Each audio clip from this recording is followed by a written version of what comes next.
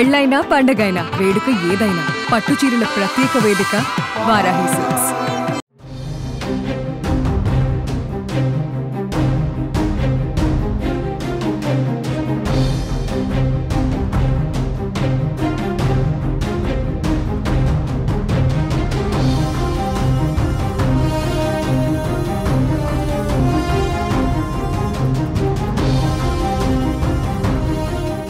మరోసారి corona danger bells ని మోగిస్తుంది. దేశాన్ని కరోనా మళ్లీ కమ్మేస్తోంది. కోవిడ్ యాక్టివ్ కేసులు వేగంగా పెరుగుతుండడం ఆందోళన కలిగిస్తుంది. ప్రస్తుతం కరోనా పాజిటివ్ కేసుల సంఖ్య 257కి చేరింది. వారం గ్యాప్లో 164 కేసులు నమోదైనట్లు గణాంకాలు చెబుతున్నాయి. దీంతో అధికారులు అప్రమత్తమయ్యారు. వ్యాధి తీరుతెన్నులపైన నిఘా పెట్టారు. ఇప్పటికే హాంకాంగ్, సింగపూర్లో కరోనా విలయతాండవం చేస్తోంది. భారత్లో కోవిడ్ కేసులు ప్రస్తుతం కేరళ, మహారాష్ట్ర, తమిళనాడులో ఉన్నాయి. ఇక హాంకాంగ్, సింగపూర్ కోవిడ్ కేసులకు LF7NB1.8 కరోనా వేరియంట్లు కారణమని నిపుణులు చెబుతున్నారు. ఈ రెండు వేరియంట్స్ JN1 అనే మరో వేరియంట్ నుంచి పుట్టినవే. అయితే భారత్లో కేసుకు ఏ వేరియంట్ కారణమనేది ప్రభుత్వం ఇంకా ప్రకటించలేదు. ఒమిక్రాన్ BA.2.86 వేరియంట్ నుంచి JN1 వచ్చింది. అయితే దీన్ని తొలిసారి 2023 ఆగస్టులో గుర్తించారు. మునుపటి వేరియంట్లతో పోలిస్తే 1-2 అధిక జన్యు ఉత్పరివర్తనాల కారణంగా ఈ వేరియంట్కు మరింత వేగంగా వ్యాప్తించే సామర్థ్యం వచ్చింది. దీంతో ఇది రోగ నిరోధక శక్తిని తప్పించుకొని ఇన్ఫెక్షన్ కలగజేస్తోంది.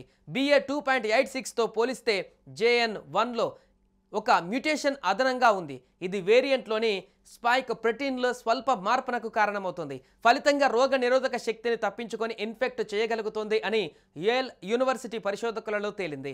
JN1 వేరియంట్తో వ్యాధి బారిన పడేవారిలో పొడి దగ్గు, రుచి కోల్పోవడం, తలనొప్పి, ముక్కు దిబ్బడ, అలసట, జ్వరం వంటివి కనిపిస్తున్నాయి.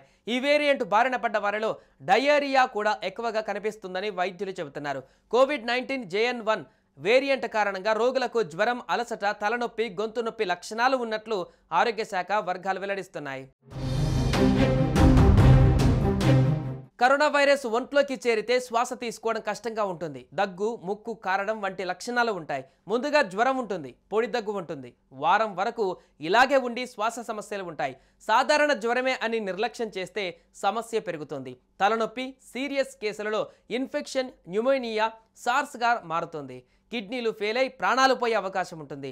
ఈ సమస్య నుంచి తప్పించుకోవడానికి ఎలాంటి జాగ్రత్తలు తీసుకోవాలంటే హాంకాంగ్, సింగపూర్లో కోవిడ్ కేసులు పెరుగుతున్న నేపథ్యంలో అప్రమత్తమైన కేంద్ర ఆరోగ్య శాఖ ప్రస్తుతం భారత్లో 257 యాక్టివ్ కేసులు ఉన్నాయని ఆందోళన అవసరం లేదని చెప్పింది. కోవిడ్ పరిణామాల దృష్ట్యా director general of health services అధ్యక్షతన ఆరోగ్య విభాగాల ఉన్నతాధికారులు సమావేశమయ్యారు. National centre for disease control, emergency medical relief విభాగం, disaster management cell, Indian council of medical research, కేంద్ర ప్రభుత్వ ఆసుపత్రుల నిపుణులు కోవిడ్ పరిస్థితులను సమీక్షించారు.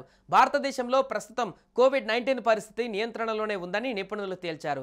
దేశ జనాభాను పరిగణలోకి తీసుకుంటే కోవిడ్ కేసుల సంఖ్య చాలా తక్కువగా ఉన్నట్లు గుర్తించారు. ప్రస్తుతం ఉన్న కేసులన్నీ దాదాపు తేలికపాటివని, ఆసుపత్రుల్లో చేరవలసిన అవసరం లేదని integrated disease surveillance programme ICMR ద్వారా దేశంలో కోవిడ్-19 సహా శ్వాసకోశ వైరల్ వ్యాధుల పర్యవేక్షణకు బలమైన వ్యవస్థ కూడా ఉందని నిపుణులు అంటున్నారు.